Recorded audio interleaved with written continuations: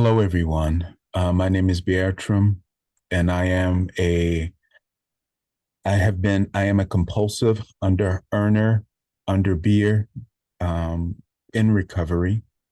Those are not my only diseases. Those aren't the only diseases of the spirit and the soul that I contend with. Um, I have multiple uh, diseases um, that I deal with, from under earning, debting, love, sex, um, food, anger. Um, but all of my diseases, I feel that I came by honestly, meaning um, they have just been the result of the world in which I lived. The survival techniques or things that I learned to survive, codependency. Um, I'm Black American, African American. Um, I grew up in the American South. I grew up in Kentucky. My mother um, grew up in a very rural part of Kentucky called Christian County, Hopkinsville, Kentucky. Historically, it was famous for a an organization called the Night Riders, which were um, thousands of white vigilantes who were responsible for terrorism, killings, lynchings, the burning of tobacco fields and barns of Black farmers. My family were farmers. My father was from a place called Savannah, Georgia. Bertram, can you just a minute stop and I will translate that. Oh, yes, yes. Okay. Oh, thank you so much. Gotcha. Uh, that's great. Всім привіт, і мене звуть Бертрем. Я компульсивний недозаробляючий, недопроживаючи своє життя. І я одужую від цього. І я хочу сказати, що це не єдине захворювання, з яким я зіткнувся. Я маю справу з мультизалежністю. У мене ще інші залежності, такі як недозаробляння, боржництво, залежності від любові, сексу, їжі,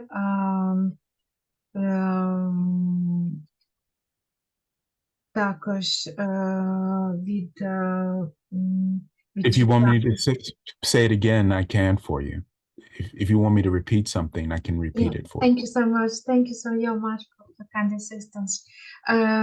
Я також залежний від агресії. І я хочу сказати, що чесно вважаю, що ці захворювання є результатом того життя, яке я вів, і в яких умовах я виживав протягом свого життя. Я є дуже в тому, як я зростав, у мене виробилась звичка до співзалежних відносин. Я є людиною африканського походження з темним кольором шкіри. Я зростав у штаті Кентукі. Моя мама походженням звідти, і вона є з християнської родини, і історично в цій місцевості склалася така група, яка називалася «Тисячі райдерів». І з цією поведінкою і з людьми, які входили до цієї групи, вони пов'язані були з терористичними діями, з лінчуванням фермерів, які мають темний цвіт шкіри. І я хочу сказати, що моя родина саме походженням із таких темношкірих фермерів. Yes, you're welcome, Bertram. You can go ahead. Thank you. Um, I was born in when I was born, America's law was still Jim Crow. I was born in Kentucky under Jim Crow, right at the tail end of these official laws of racism. Um, my mother again was from this place called Hopkinsville. My father was from a southern city called Savannah. My mother was a survivor of sexual assault um, and incest. My mother didn't graduate from high school or barely graduated from high school. She was a cleaning lady her entire life. My father's father died of a massive heart attack when he was a teenager, I believe like 12. His mother went insane and he lost his family. He joined the military. My mother married. Well, my oldest siblings were parented by her high school teacher. My middle siblings were parented by her first husband, who died mysteriously. And the last set of my siblings, including me, we share the same father. My father, the Korean War veteran, who married my mother, and I am the youngest of 9 children. Can you stop for a minute? Thank you so much. Translation. Thank you. Коли я народився, в країні ще діяли закони расизму. І в той період моя мама походила із місцевості, яка називається Хаткінсвилл, і батько з півдня країни. І моя мама була жертвою сексуального насильства, і це був інцест. Мама не закінчила середню школу, і все своє життя вона пропрацювала прибиральницею. Мій батько помер, коли мені було 12 років, і у нього це сталося від серцевого нападу. І після того у нас родина була розподілена між кількома родинами. Старші із моїх братів та сестер були прийняті до родини вчителя. Середні знаходились з нашого покоління дітей, вони також були прийняті у прийомну родину, і наймолодші залишилися з мамою, в тому числі і я, і я є молодшою дитиною серед 9 народжених дітей. Go ahead. Thank you. I grew up in a part of Louisville. Louisville still is, but not so much now as it was in the late 60s, 70s, and early 80s when I grew up. One of my first memories is I remember my mother sitting and crying, and I remember kissing her tears the day that Martin Luther King was assassinated. I remember that very clearly.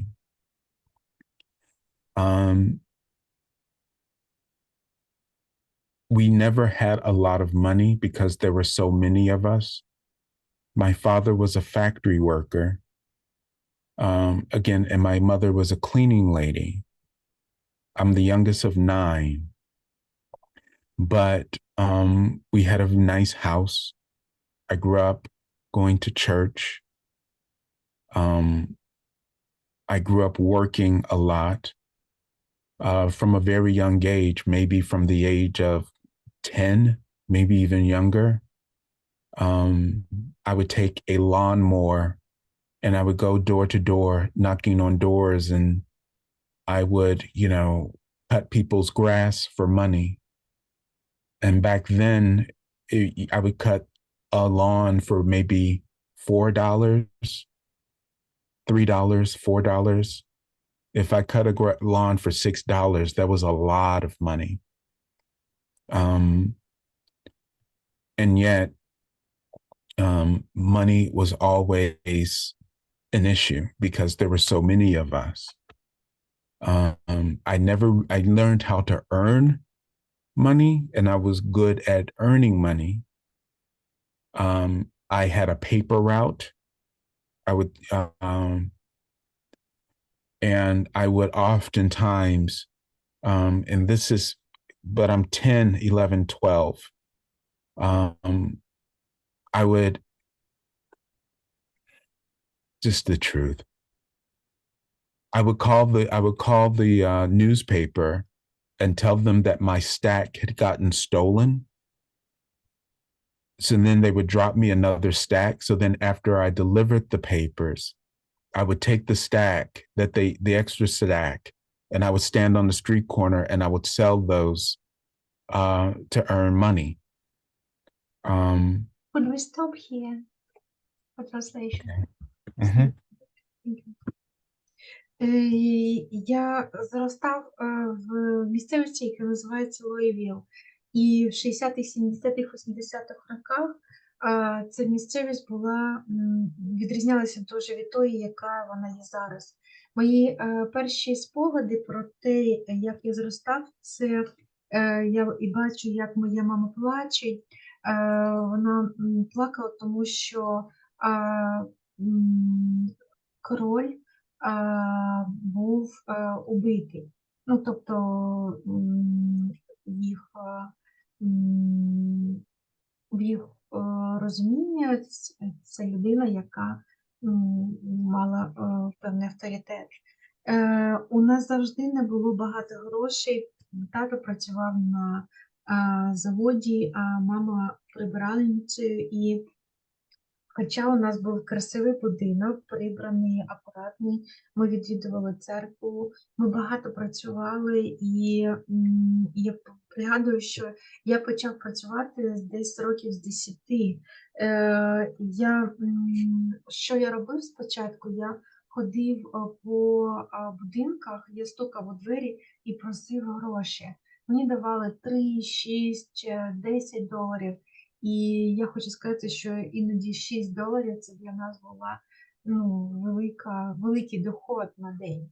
І у нас завжди в родині тема грошей була на першому місці, тому що нас було в родині дуже багато. Але я навчився заробляти гроші і пам'ятаю, що мені було хоча 10, 11, 12 років. Що я робив? Я брав пачку газет, які призначалися для того, щоб розносити їх по поштових скриньках, і я їх продавав. І таким чином я заробляв собі на життя. Please go ahead. Thank you. What growing up in the late 60s, the early 70s, there was this strange dichotomy, this strange juxtaposition of my life, which was we were a church going family. We were close knit. Family was important. We loved one another, but there was always economic struggle. And on top of that, there was always this racial tension everywhere. Martin Luther King had been killed. Malcolm X had been killed. A lot of young men were coming home from Vietnam. They were coming home and they were heroin addicts and drug addicts, or they would have post-traumatic stress. So, and back then it wasn't called post-traumatic stress. I forget what it was called, but shell shocked or Vietnam syndrome. But they would do, they would have emotional crisis, violence, and it was a very strange thing to experience. Um, where I grew up, you could ride your bike and drop it in the front yard. But then things began to change. Things began to get heavier. Um, there was a recession in America. Um, my father would get laid off from work.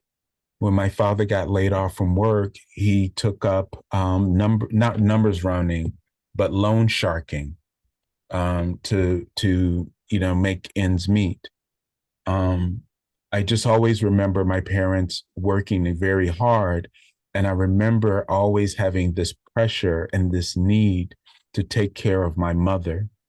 Um, my mother's, everything that my mother suffered growing up came to a head in the mid 70s. And she became a very aggressive alcohol, well, very she became overwhelmed with her alcoholism. And I, being the youngest of the family, I was there, and it fell on me to take care of her a lot. She and Can you my stop father, here? Can you stop yes, here? Thank you. yes. Моє зростання припало на кінець 60-х, початок 70-х років, і це було життя, яке пов'язано було дуже з сильними законодавчими обмеженнями. Був вбитий Мартін Лютер Кінг, і ми постійно вели боротьбу за своє життя. Ми зустрічалися з тим, що всюди були російські прояви. І дуже багато людей не витримували, вони становилися або алкозалежними, або залежними від наркотиків. Дуже багато людей, які прийшло в той час, повернулися з війни у В'єтнамі. Дуже багато людей, які проявляли агресію на вулицях. І це були дуже такі тяжкі часи для проживання. Коли я зростав, я також практикував те, що я міг вкрасти велосипед і сховати його на задньому дворі. Але потім речі почали змінюватися. Я пам'ятаю, що мої батьки дуже багато працювали. І я пам'ятаю, що в зв'язку з тим, що все покладала на їхні плечі, а мама вже не витримувала. І десь в середині 70-х років вона стала дуже глибоким алкоголіком. Вона була сильно залежна від алкоголю, в неї ця хвороба розвилася дуже сильно. І оскільки я був наймолодшою дитиною, вся важкість турботи про неї випала на мої плечі. Please go ahead. Thank you. A lot of that had to do with my father's infidelity. My mother's spiral into her alcoholism. I did not understand that. I was a child, but I loved my mother and I wanted to take care of my mother. But I also very much loved my father, a big, powerful man. And I would sometimes go with him, or sometimes he would take me with him to his mistress's house to play with her kids. Later in my life, the reality that I was participating in my mother's heartbreak followed me. Um, Я I, дуже, I'm sorry. Yeah, go ahead. go ahead. No, no, no, please. Thank you. Thank you. З чим я столкнувся? З тим, що батько розлучився з мамою, і я це не розумів. Іноді я любив свою маму, і я також любив свого батька. Я пам'ятаю його як дуже сильного вольового чоловіка. І іноді він брав мене до своєї нової родини, і я там грався з їхніми дітьми. Thank you. Um, in the 80s, crack cocaine harmed our community. There was a lot of shame around this epidemic that just decimated members of my family, people that I knew. The AIDS epidemic. Around this time, this kid with a family that, didn't have a lot of money.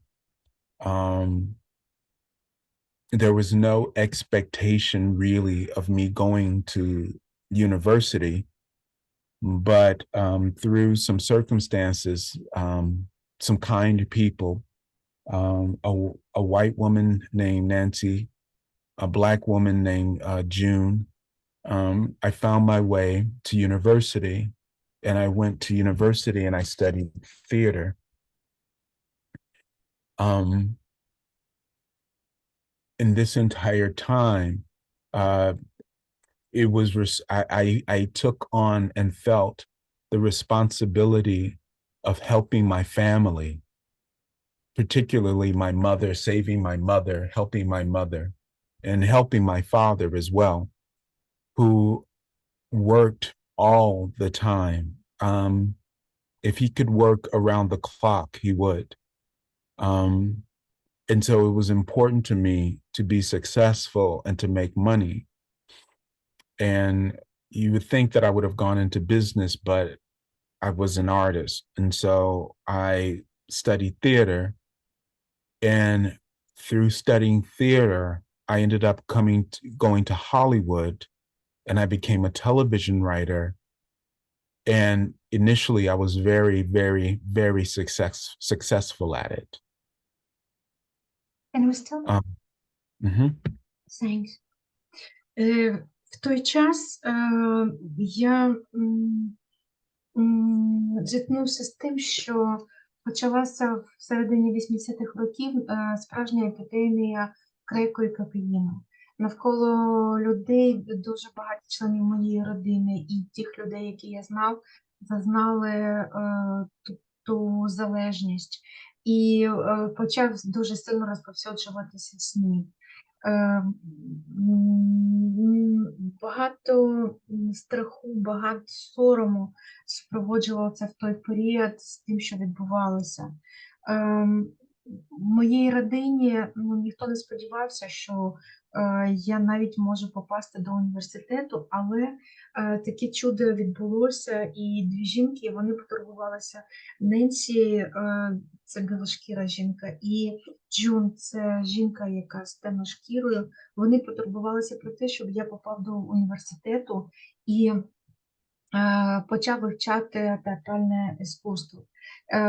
І в той самий час я відчув, що мені конче потрібно турбуватися про свою родину, особливо про маму, про тата, які працювали дуже-дуже якщо б була можливість, вони б працювали 24/7.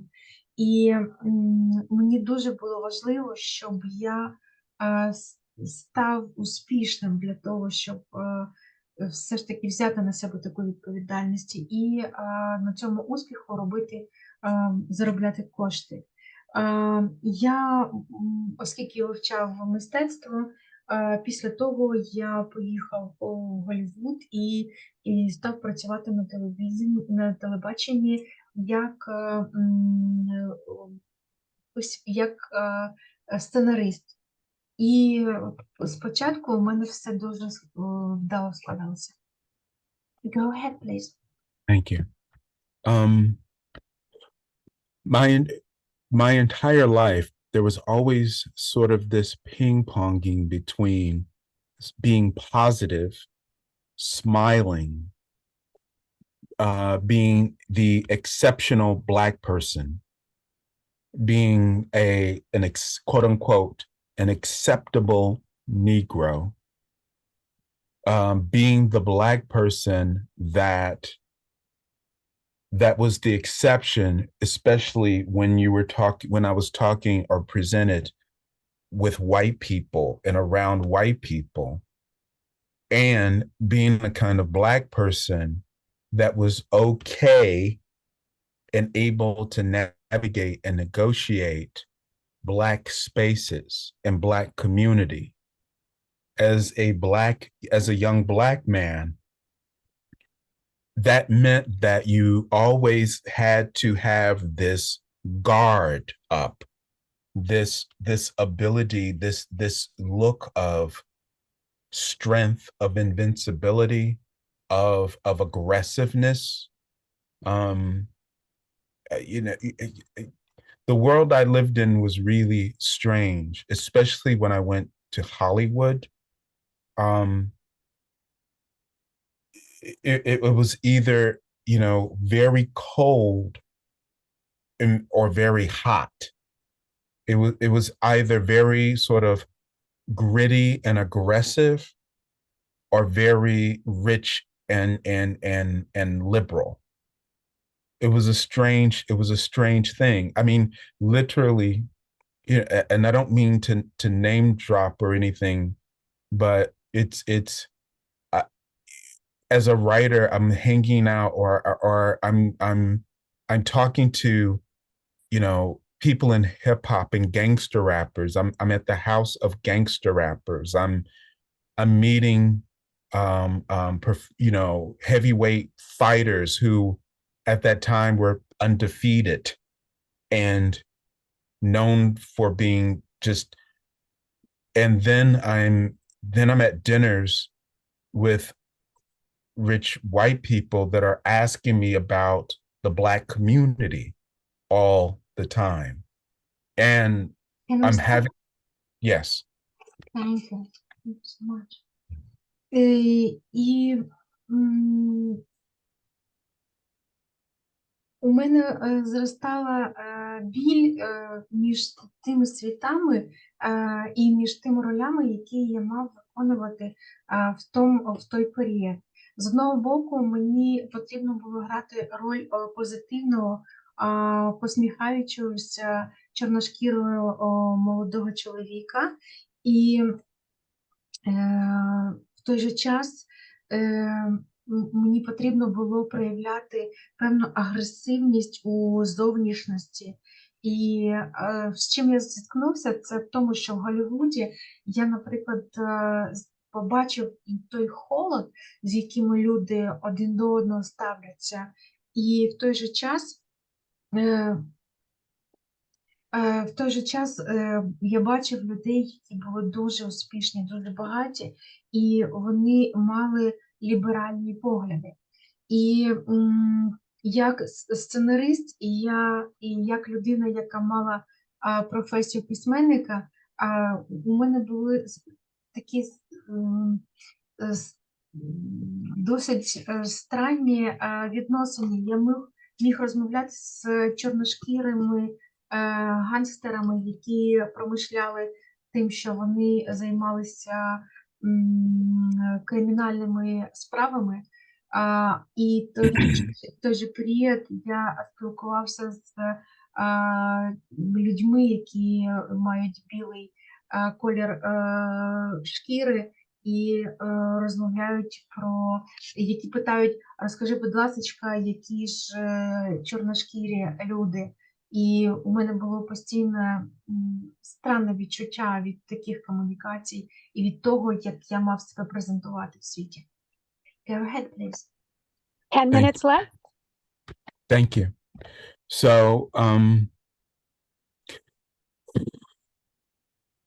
so I found myself constantly hiding and constantly wearing mask and being what it was that I needed to be in any given situation to be successful, to survive, and and to navigate and negotiate a world where I did not have a lot of allies. Um, I wasn't from a big city. I was a nerd. I wasn't super hip.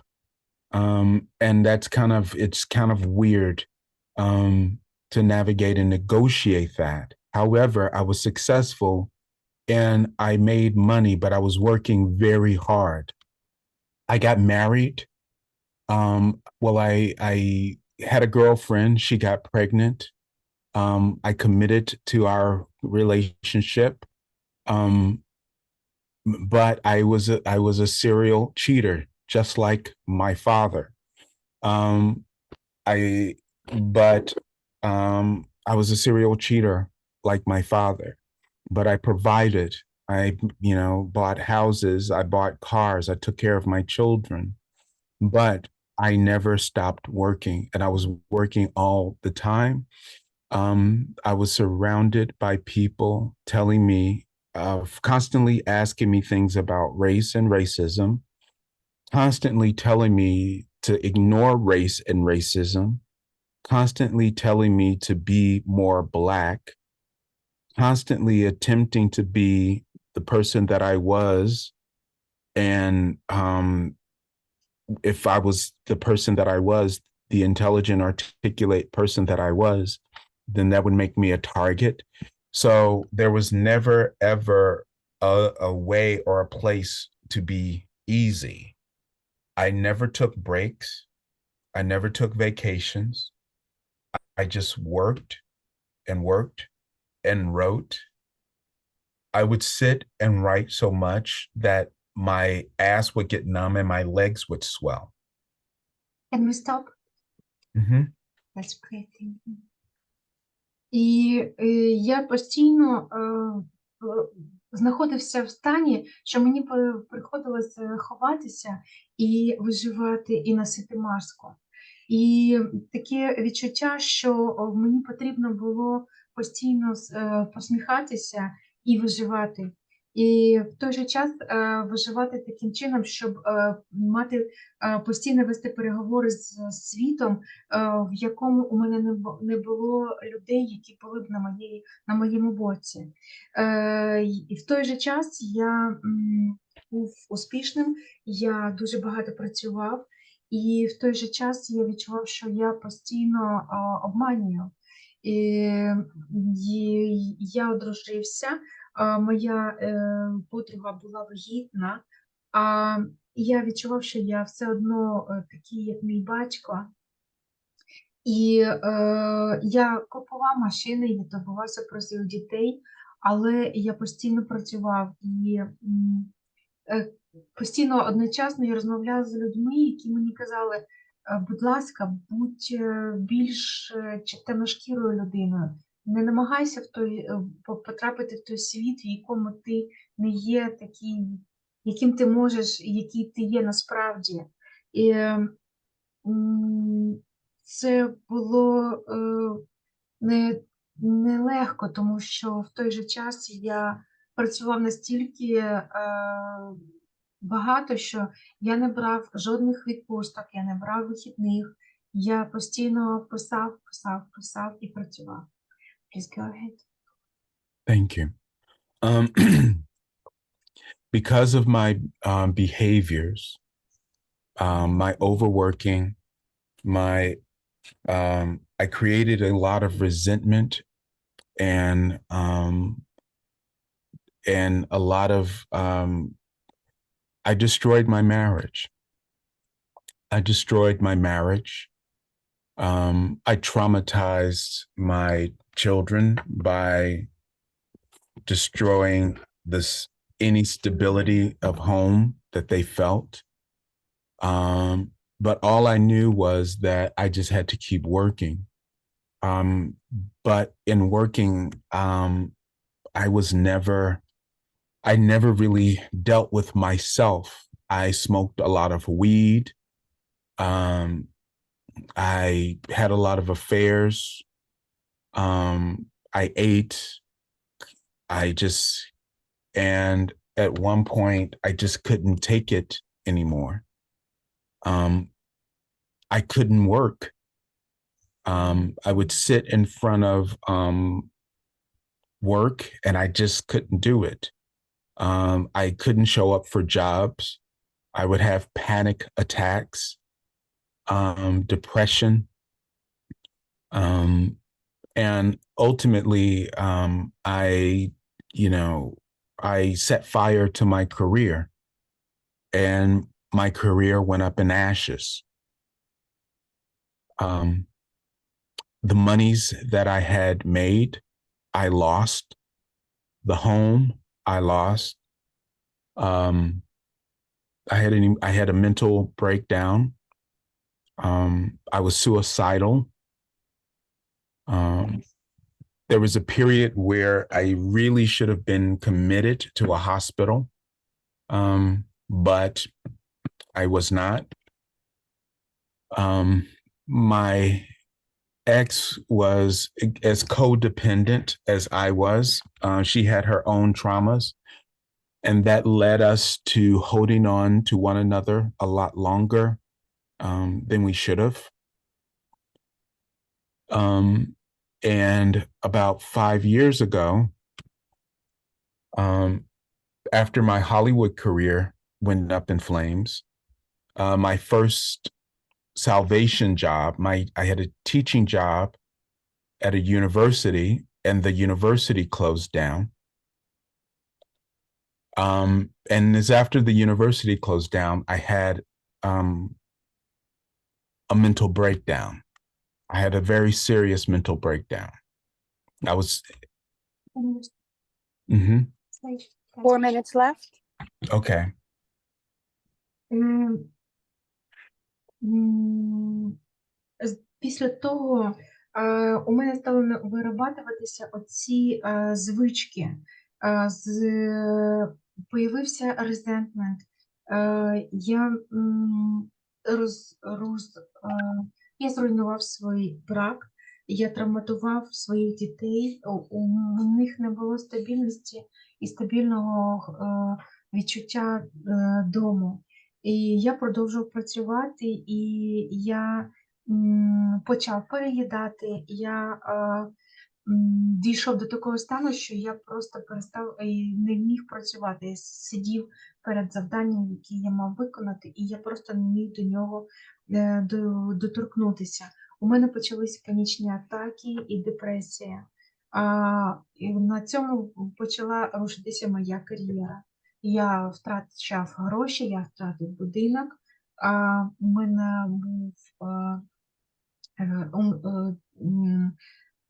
інтелектуальний і збій, і у мене були суїцидальна поведінка, була госпіталізація.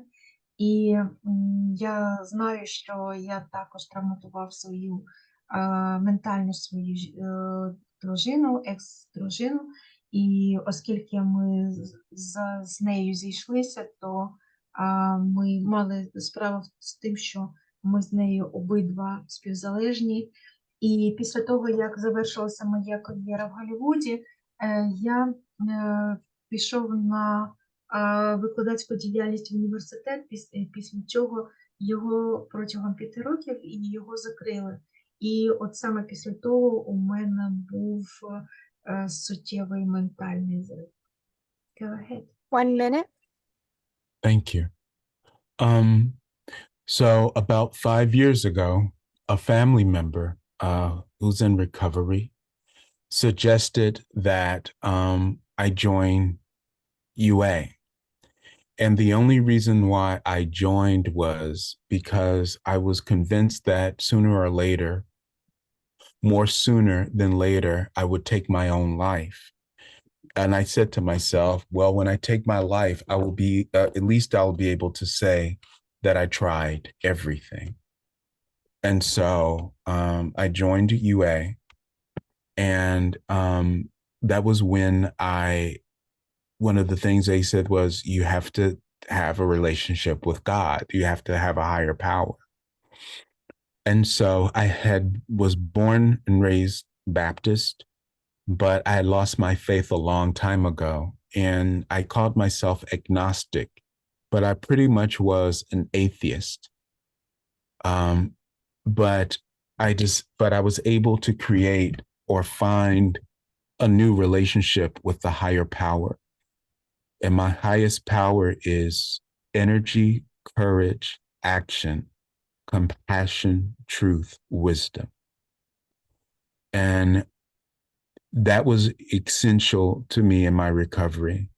And the second thing that was essential was hearing the words under being, because I knew that I had been an earner. I knew that I was capable of earning always, but something had broken, short circuited in me around the whole idea of earning. And I knew that it had to do with under being. And I began to explore what that meant and what that looked like in relationship to my behaviors and my want and need to stay safe or to stay popular or to stay successful in environments that were persistently and constantly impacted by racism or Black people attempting to define themselves in a world filled with racism. 5 років тому один із моїх родичів запропонував мені приєднатися до спільноти АНЗ, і я сказав собі, що рано чи пізно мені прийдеться зібрати докупи своє життя і взяти контроль над ним. Таким чином я доєднався до АНЗ, і мені прийшлося з'єднатися з моєю вищою силою. Я зростав у родині баптистів, але я за життя, яке я жив, я став атеїстом, я став агностиком. І мені довелося заново створювати свої відносини з вищою силою. І після того, як я відновив ці відносини, я став керуватися новими принципами. І ці принципи – це енергія, співчуття, правда, мудрість. І я знаю, що я був здатний заробляти гроші, але щось пішло не так, і все, що я вмів, що я напрацював, і всі мої навички, все було зламано. І я зрозумів, що я не маю намагатися бути популярним в спільноті людей, у суспільстві людей, які практикують расизм. І я, як людина темношкіра, я маю виживати в цьому суспільстві. І мені все довелося збудувати заново. Thank you. So I stepped into the rooms. I got a sponsor. It didn't work out. I got another sponsor that didn't work out. I kept coming back. I kept believing. I kept listening. I kept working. I worked my program imperfectly.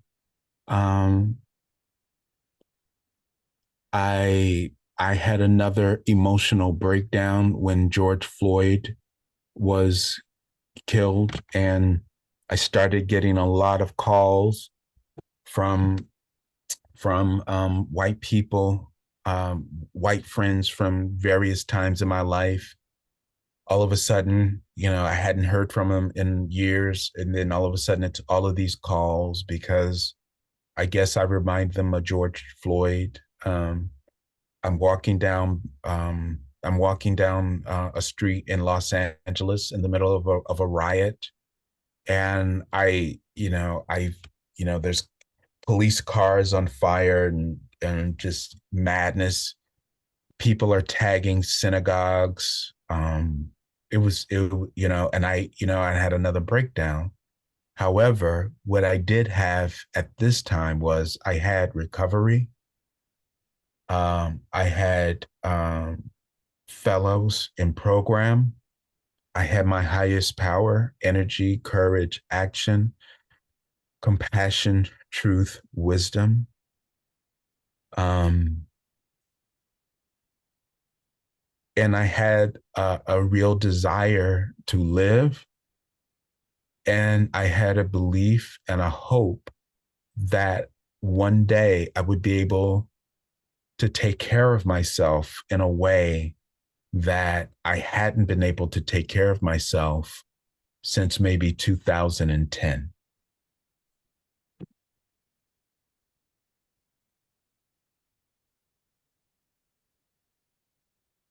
Я доєднався до цих кімнат і став відвідувати групи. У мене був спонсор yes, Olga, please, 5 minutes over. Thank you so much. Я доєднався до груп. У мене був один спонсор, і він перестав зі мною працювати. Я попросився до іншого, він також перестав працювати. Я працював по кроках сам, і моя робота по кроках не була ідеальною, вона не була перфектною. І після того у мене також стався емоційний зрив. Після того, як Джордж Флойд був застрелений поліцейськими, я ходив по тих вулицях, на яких відбувалися безпорядки. Я бачив, як горіли поліцейські машини, як горіли синагоги. І в той же час я відчував, що у мене є друзі, у мене є люди в спільноті, і я продовжував вірити, що одного дня я зможу опанувати своє життя, я зможу бути людиною, яка керує своїм життям. І з того часу, як в 2010 році, я доєднався до спільноти.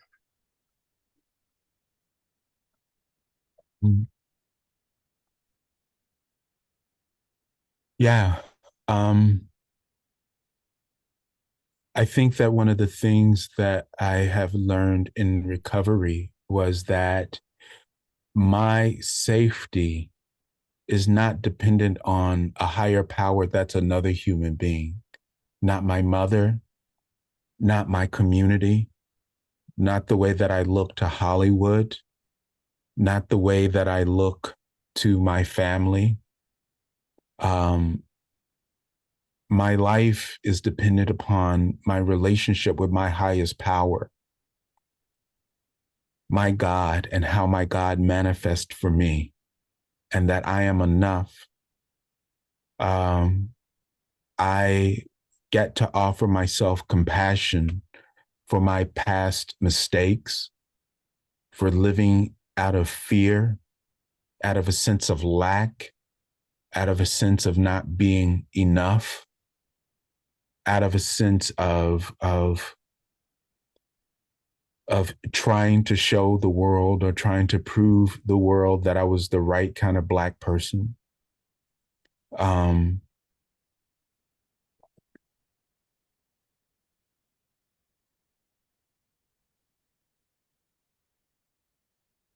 Я хочу додати, що одну річ, яку я зрозумів в одужанні, що моя безпека не залежить від інших людей. І вона не складається з того, які у мене відносини з іншими людьми, з батьками, членами моєї родини, з іншими. Моє життя повністю залежить від моїх відносин з вищою силою. Мені вистачає достатньо співчуття до самого себе і до своїх минулих помилок. Я просто намагався ствердитися в якості людини, яка права, і людина чорношкіра. Але я сподіваюся, що одного дня у мене те, що стало моєю лідуючою силою, це те, що я назвав як енергія, як правда, як дії, співчуття і мудрість. Вони є керуючими.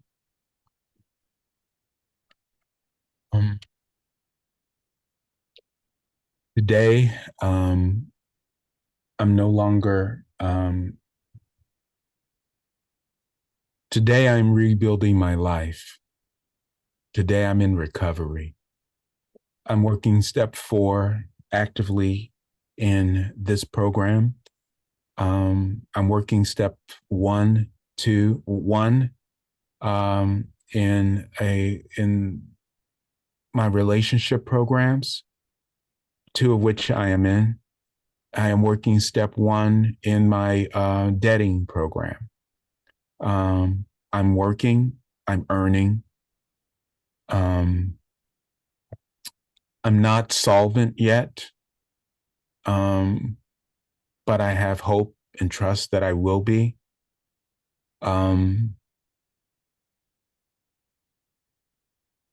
You know, there are many facets to recovery.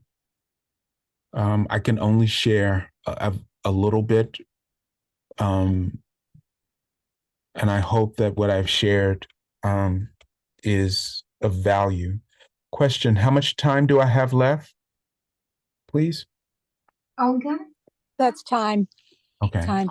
Thank you. So, thank you, Olga. Thank you. So, I'm in recovery. I'm a human on this planet. I'm doing the best I can. I'm perfectly imperfect. And I hope what I've shared on some level helps. Thank you.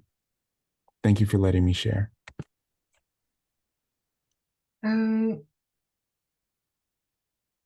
Сьогодні я перебудовую своє життя заново.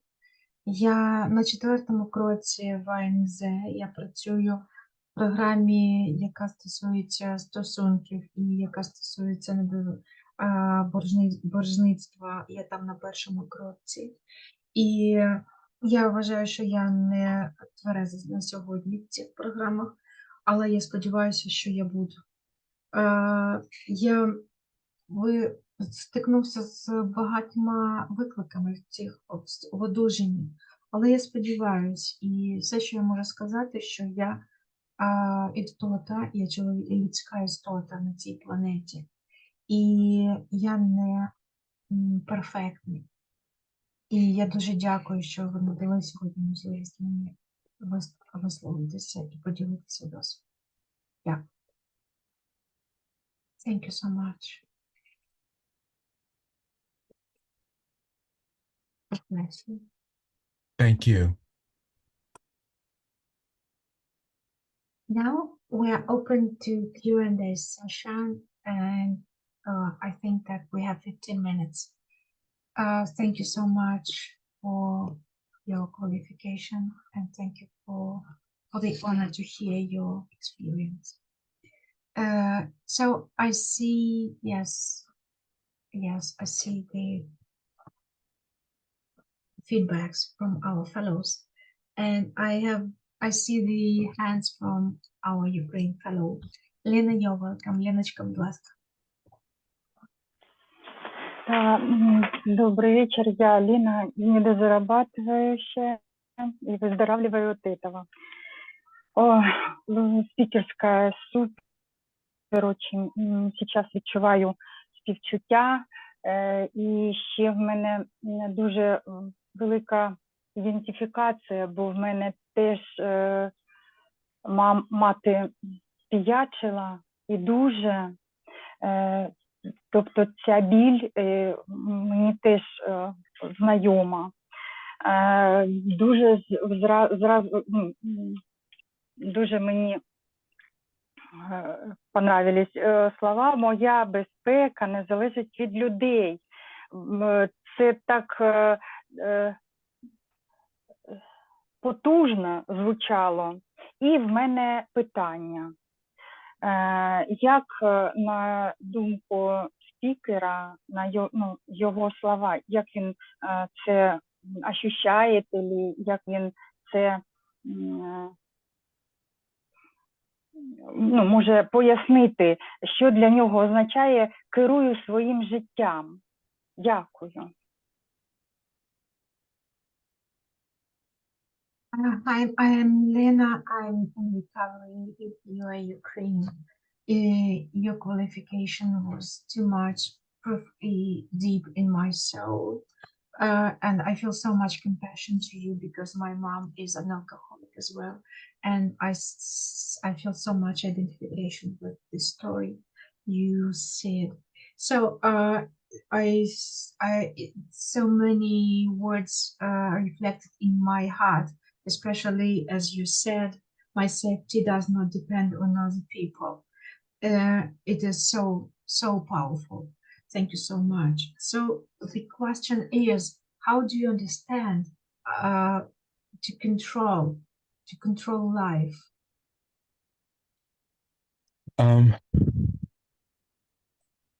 I am powerless, and my life, step one, I am powerless and my life has become unmanageable. How do I control life? I do not control life. I am learning to accept life. I am learning to trust God. And what I understand is that the world will not get any easier, but I can get stronger in the world in which I live.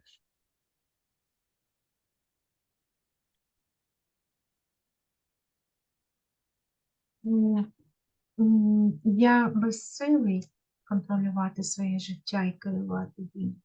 І в першому кроці сказано, що наше життя стало некерованими.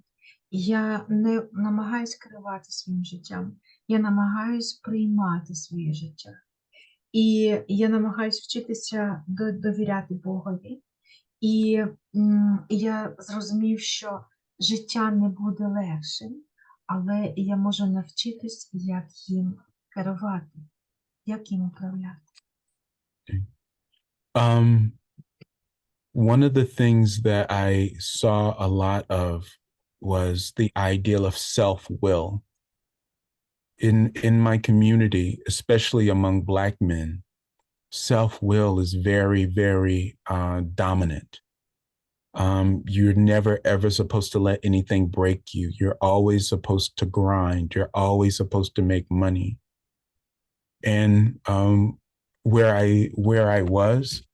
I was surrounded by extremely wealthy people who live that way. And so, but at the same time, I saw a lot of damage and pain as well.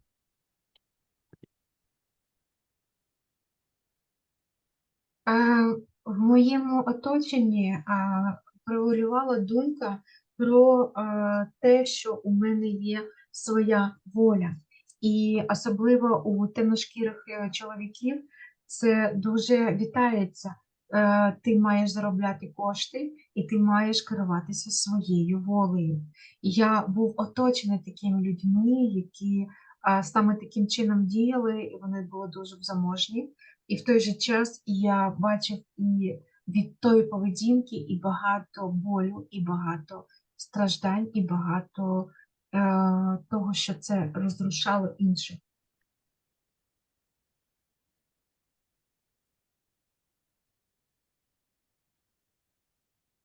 Леночка, відповів на запитання? Так, дуже потужно. Lena says it's very powerful what you say. Thank you. Oh, thank you. Thank you, Lena. Дякую, Леночка. Oh, Olga, you're welcome. Your question. Thank you so much, Bertram, for a beautiful, beautiful, honest share. And, I'm digesting it, your ability to be honest about the things that have happened to you, have affected you, and the things you've done. you know, and how they've affected your life is very powerful.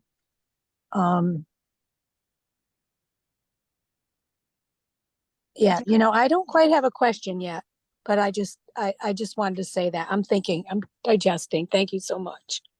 Thank you, Olga.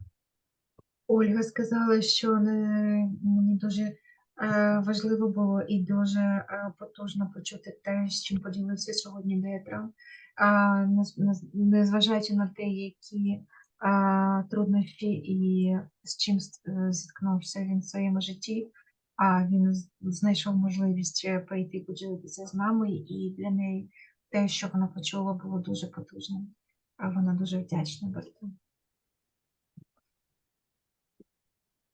Bertram, I have a question. In your program experiences, because I am, as you are, a multi-addicted person, and I'm a member of many fellowships that you mentioned. And I just want to ask you, what is a spiritual growth in your understanding? I mean, yeah, in a book, it is said that our successful life depends on our further spiritual growth. So what is for you spiritual growth? And I just want you to give me a minute for translation. Thank you. Я сказала, що я, так як і Бертрам, є мультизалежною і є членом спільнот тих самих, яких він перерахував. І я спитала, що в книзі анонімних алкоголіків написано, що наше подальше процвітання буде залежати, і наше успішне життя буде залежати від нашого подальшого духовного зростання. І я спитала, що для Бертрана є подальше духовне зростання. Please go ahead. Thank you. There's been an evolution. When I was growing up, I grew up in a church, a Southern Baptist church. And growing up for me, I saw God or Jesus. He looked like the actor in Jesus Christ Superstar. He was white with long hair. And I literally, as a child, you know, the church, the Bible, I would see that all the time when I would go to church. In our tradition and in our church, there's this thing called shouting or catching the Holy Spirit. And what would happen in church would be people would just start to scream and shout and throw themselves and cry. And when I was a little boy, I would see like this transparent Jesus. And it was like he was walking around the church, like playing this childhood game like Duck, Duck, Goose, where he would like choose and touch someone. And in my head, that's what, and so I would duck down in the pew of the church to hide from Jesus because I didn't want to, you know, go crazy in church. I also saw growing up all the time, we had this large white Bible. And inside the Bible, there was this little magazine called Jet, which was a Black magazine for the Black community. And it was maybe about the size of your hand. And in the middle of the magazine, there was a picture of Emmett Till in his coffin. And Emmett Till was this little boy who was lynched and killed when he was like 13 or 14. And brutally killed, and his head is distorted and bloated and just it's grotesque. And so growing up, I would see Jesus, and then sort of my imaginary childhood friend would be this distorted, lynched baby boy, young boy. Would you like to translate? And I can continue? Yeah. Okay. Thank you. Я вважаю, що це еволюція. Коли я був маленький, я відвідував храм. І мені здавалося, що Ісус Христос виглядає як актор, який зображений в фільмі Ісус Христос суперзірка. І я тоді в храмі, коли я відвідував храм, я бачив людей, які казали: "О, дивись, як відбувається те, коли на людину сходить дух". І я бачив, як люди в церкві плачуть, вони стогнуть, і навколо казали, що це Дух Святий на них зійшов, і вони від того так відчували себе. Коли я був постарше, у нас також видавали,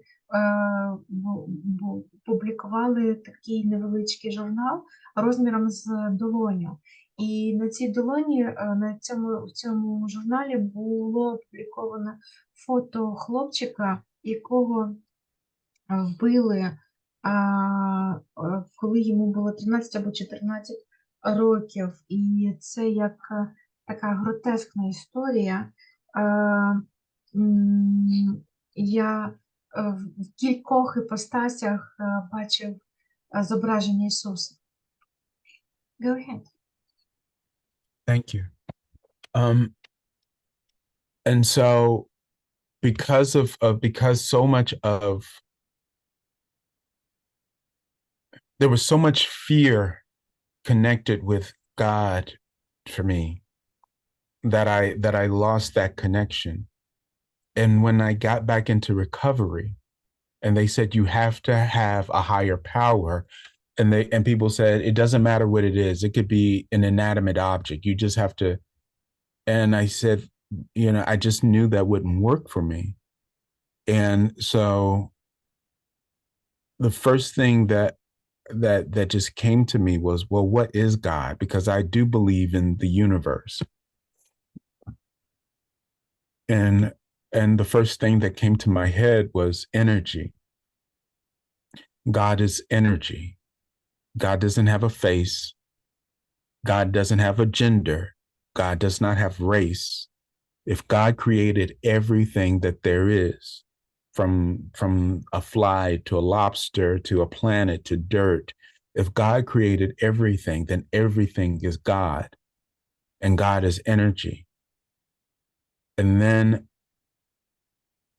I think the second thing that I realized was that energy that doesn't do anything, energy needs action. Energy has to move. So then it was energy, action. And then I knew what I needed to survive was courage. So for me, God began as energy, action, courage, and then compassion. Because I hated myself, and I hated my wife, and I hated myself. I hated America.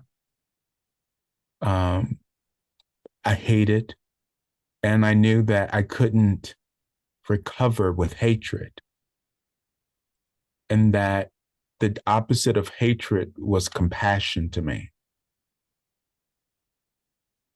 And the way that I saw them, energy, courage, action, compassion, I thought of every moment or every possible moment in existence on any and every possible planet where there was a living thing or a conscious thing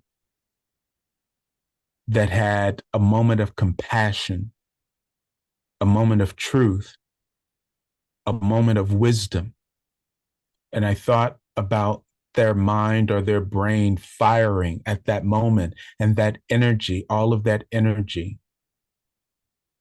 And I imagined all of those forces as almost planets in and of themselves, like all the compassion in the universe as a planet that has the gravity of all of that energy exerting compassion or being compassion, of all the courage that has ever occurred in the universe, on any and every planet that there may be life, where there was a moment of courage. I envisioned that as a planet. And so energy, courage, action, compassion, truth, wisdom. And when I don't feel like I have energy or courage, when I feel like I am not taking the proper action, when I feel like that I am hiding and not being my truth, I get quiet and I imagine these almost opposite of a black hole, but with the gravity of a massive black hole of these states of being or these energies or these elements. And I get quiet and I just listen.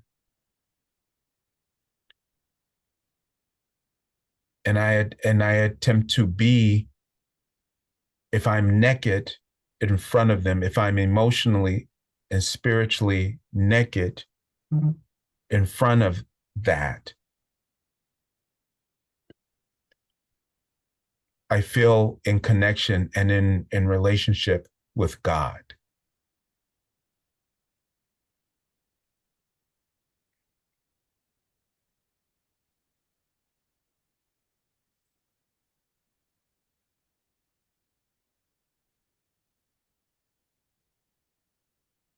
Я тоді відчував, що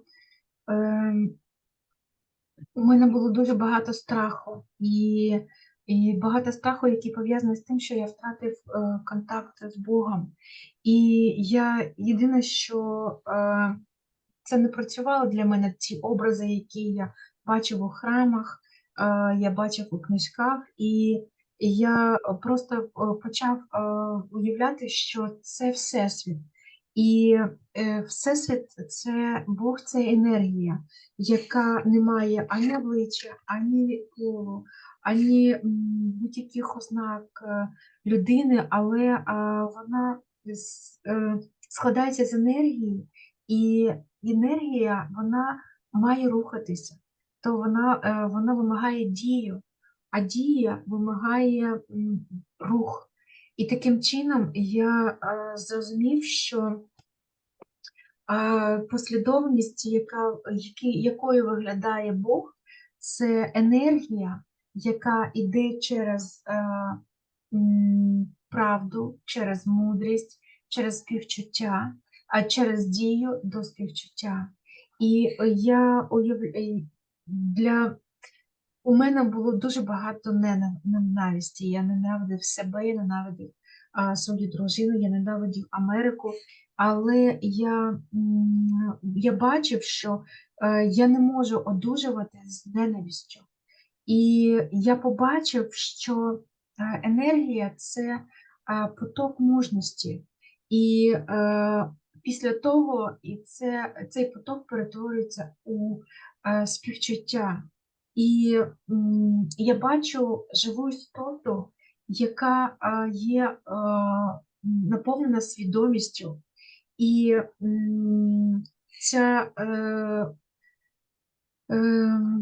цей всесвіт з енергією, яка за рахунок сили гравітації передає оцю силу співчуття і мудрість, яка виходить від цього потоку.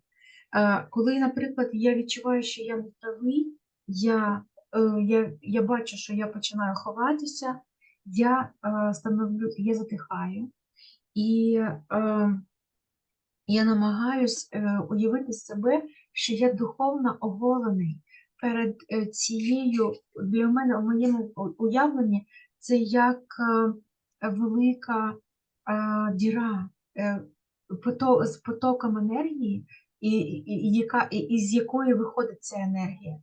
І я себе відчуваю як духовно оголеним, яка стоїть перед цим потоком. І в той час, коли у мене це уявлення з'являється перед очима, і я відчуваю, що я в контакті з Богом.